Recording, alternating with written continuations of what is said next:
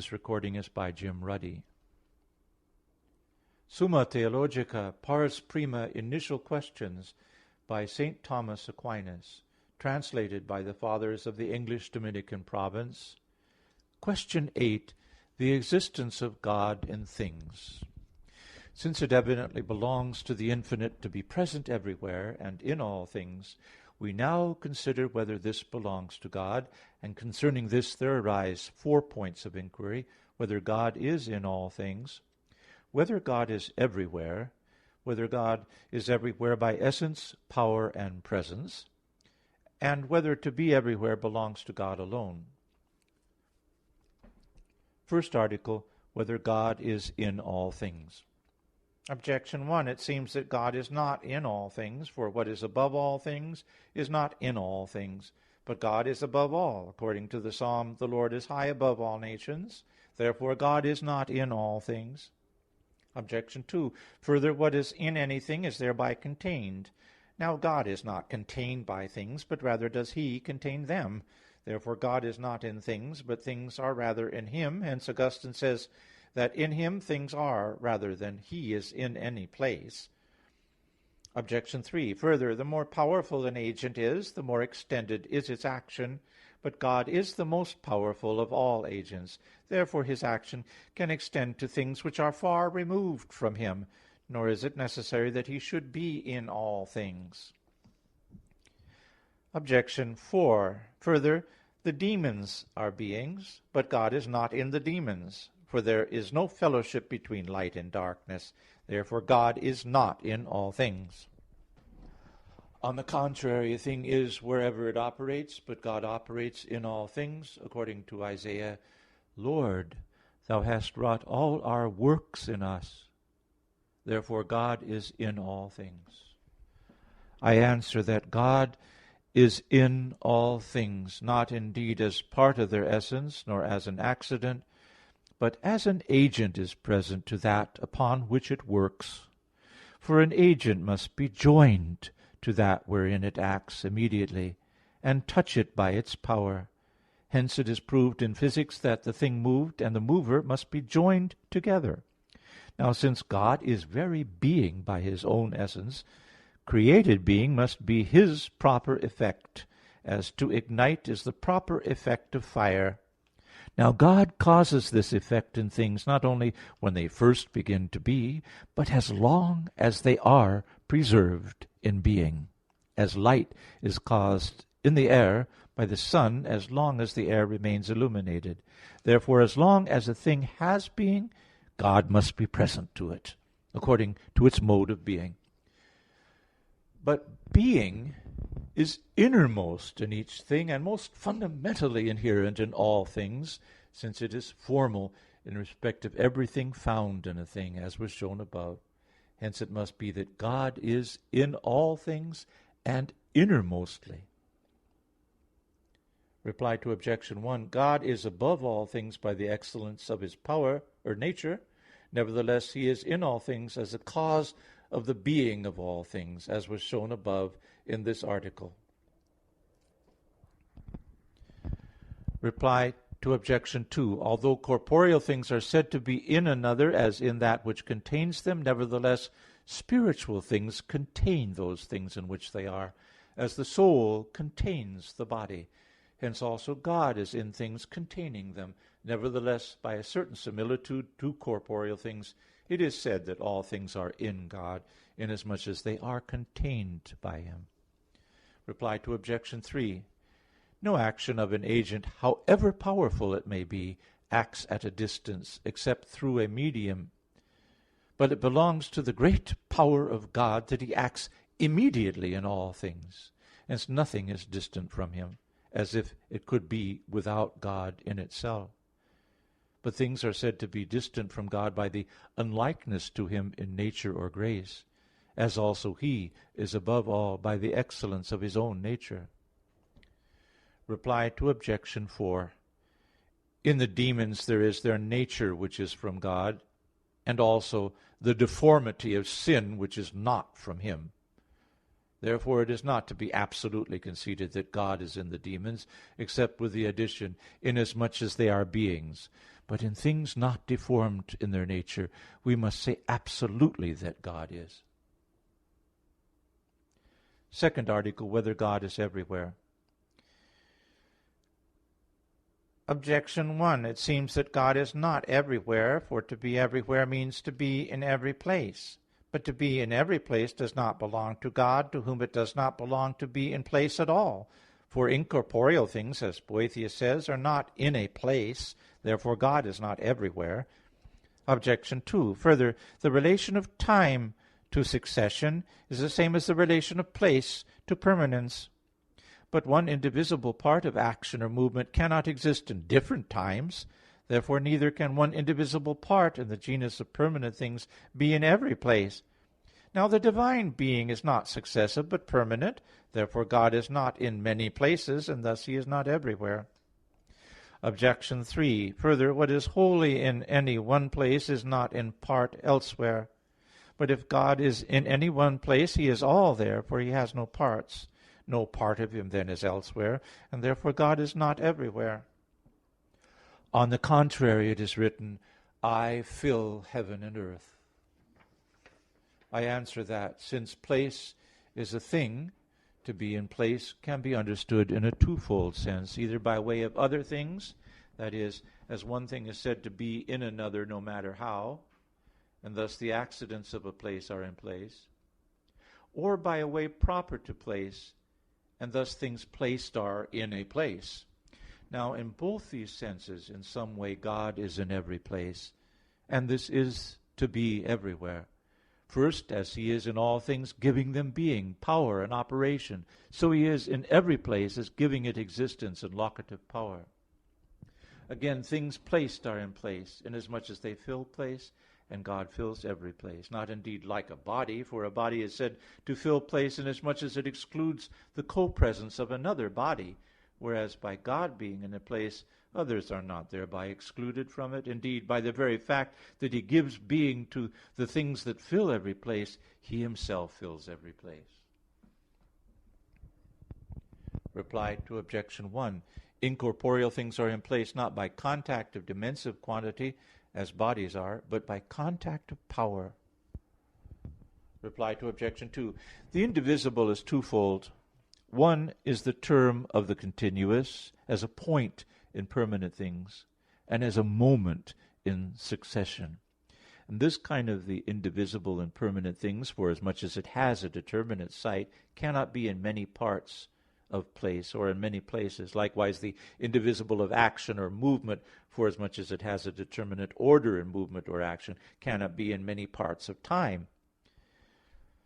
Another kind of the indivisible is outside of the whole genus of the continuous, and in this way incorporeal substances like God, angel, and soul are called indivisible. Such a kind of indivisible does not belong to the continuous as a part of it, but as touching it by its power. Hence, according as its power can extend itself to one or to many, to a small thing or to a great one, in this way it is in one place or in many places, and in a small or large place. Reply to objection 3. A whole is so called with reference to its parts.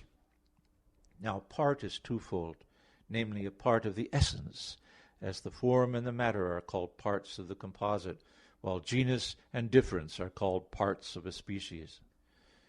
There is also part of quantity, into which any quantity is divided. What therefore is whole in any place by totality of quantity cannot be outside of that place, because the quantity of anything placed is commensurate to the quantity of the place, and hence there is no totality of quantity without totality of place. But totality of essence is not commensurate to the totality of place. Hence it is not necessary for that which is whole by totality of essence in a thing not to be at all outside of it. This appears also in accidental forms which have accidental quantity. As an example, whiteness is whole in each part of the surface if we speak of its totality of essence, because according to the perfect idea of its species, it is found to exist in every part of the surface. But if its totality be considered according to quantity, which it has accidentally, then it is not whole in every part of the surface. On the other hand, incorporeal substances have no totality either of themselves or accidentally, except in reference to the perfect idea of their essence. Hence, as the soul is whole in every part of the body, so is God whole in all things and in each one. Third article, whether God is everywhere by essence, presence, and power. Objection 1. It seems that the mode of God's existence in all things is not properly described by way of essence, presence, and power, for what is by essence in anything is in it essentially. But God is not essentially in things, for he does not belong to the essence of anything. Therefore it ought not to be said that God is in things by essence, presence, and power.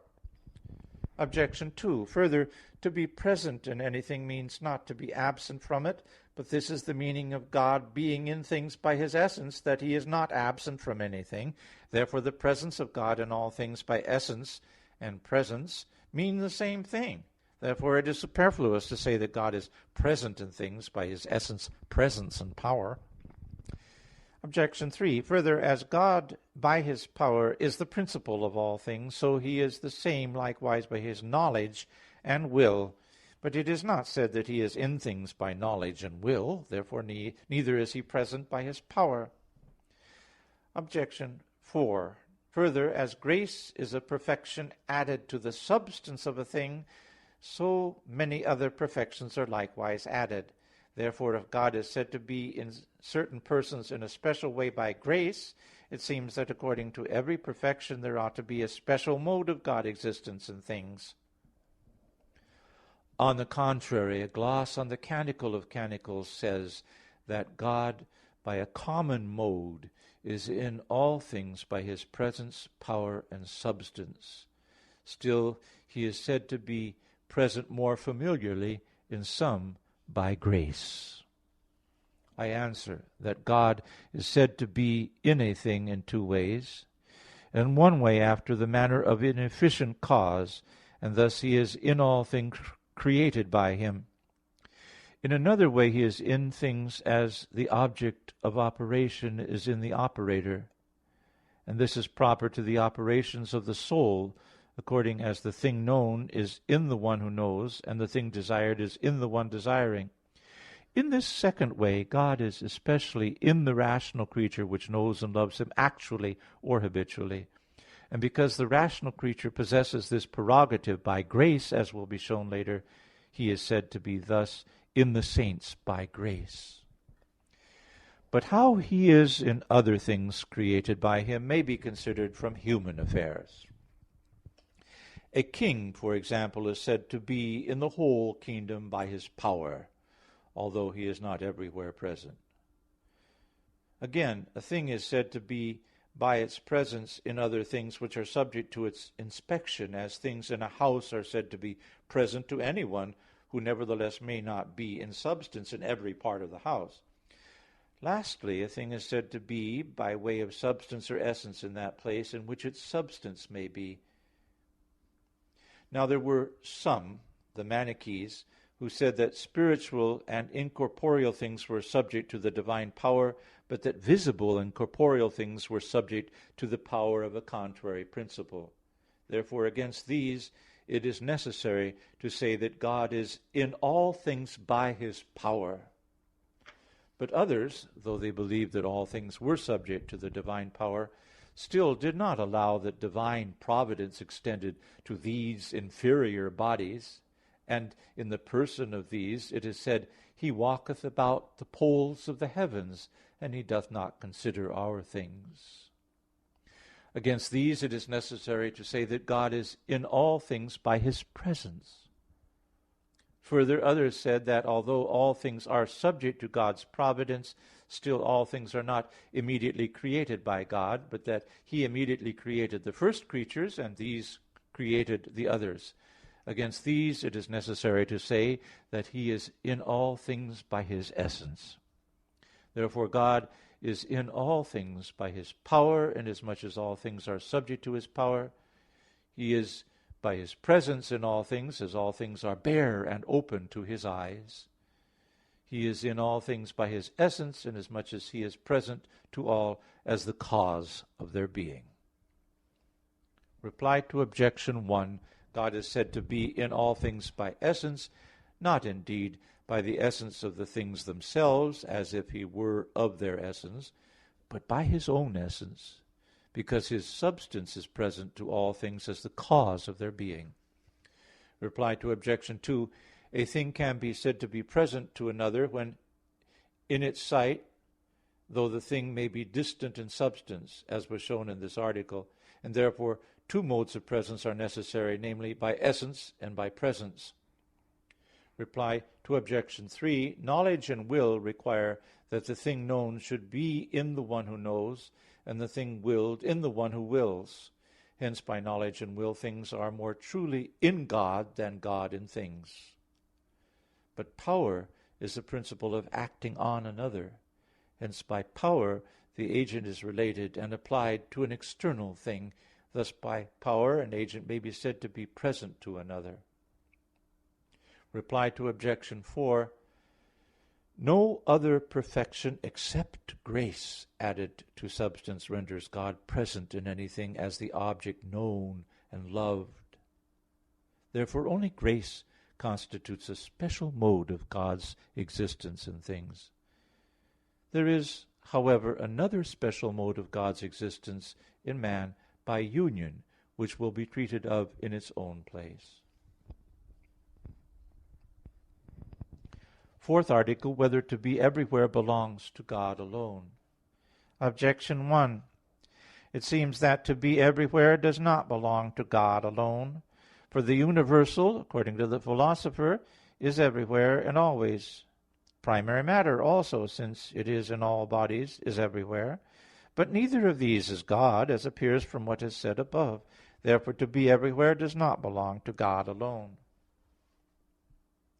Objection 2. Further, number is in things numbered, but the whole universe is constituted in number, as appears from the Book of Wisdom. Therefore, there is in some number which is in the whole universe, and is thus everywhere. Objection 3. Further, the universe is a kind of whole perfect body, but the whole universe is everywhere, because there is no place outside it.